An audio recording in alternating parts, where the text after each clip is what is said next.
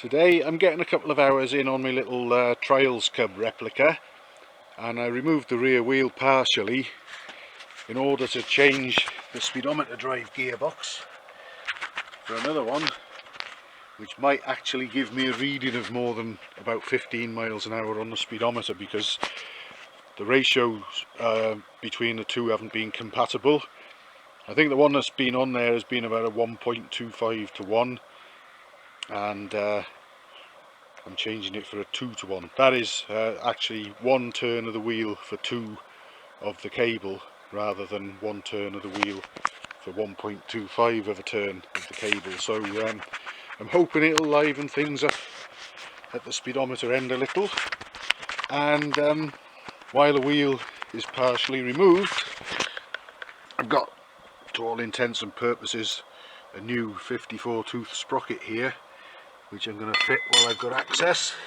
because that one there is looking very pointy and sharp, and the chain is also rather worn, so I'm going to get rid of them and fit replacements, because once the gearbox sprocket gets worn, unfortunately on these, that's an engine out and stripped down job. Not very clever, I know, but if you look after them, you don't really have to do it too often usually, so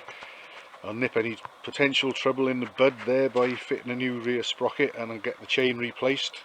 and then that should give the gearbox sprocket a longer life, I hope. So that's what I'm up to with this at the moment. I'll come back to it probably when it's all done, and perhaps take it for a run and see if we get any response beyond certainly the, I think it used to occasionally get up near the 30 when the engine was screaming flat out, but it'd be nice to have something looking a little bit more realistic. So we'll see how that all goes and whether it was worth it in a little while. Right, well, that's my rear sprocket and speedometer drive gearbox changed. I thought while the wheel was off the swing arm, I'd also take the rear brake plate off and have a look in the brake drum, and I've cleaned that up with some clutch and brake cleaner there,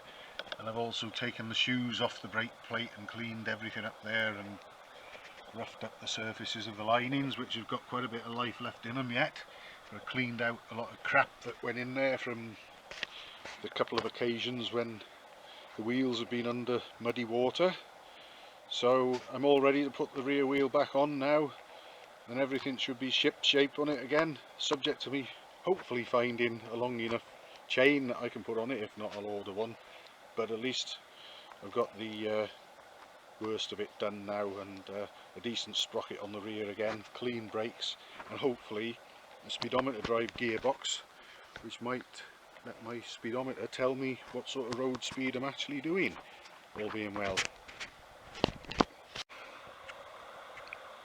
Well, to round off, that's the rear wheel back on with the replacement sprocket and the different speedometer drive, and I can confirm I've been up and down the lane on this bike, and the speedometer is reading certainly up to about 25 or 30 miles an hour or so, far more as I would expect than what it was doing in the past. And I can verify that next time I'm out on it. There's a little sort of camera thing on a pole that tells you how fast you're going as you come into the village, and I'll have a look at my speedometer. I'll get it showing 30 miles an hour, because that's all you're meant to be doing at that point, and see what the speed indicator on the pole tells me. But I think that it's probably going to be pretty accurate now, so there's a couple of jobs well worth doing on the old bike to make it that little bit better and more sort of user friendly.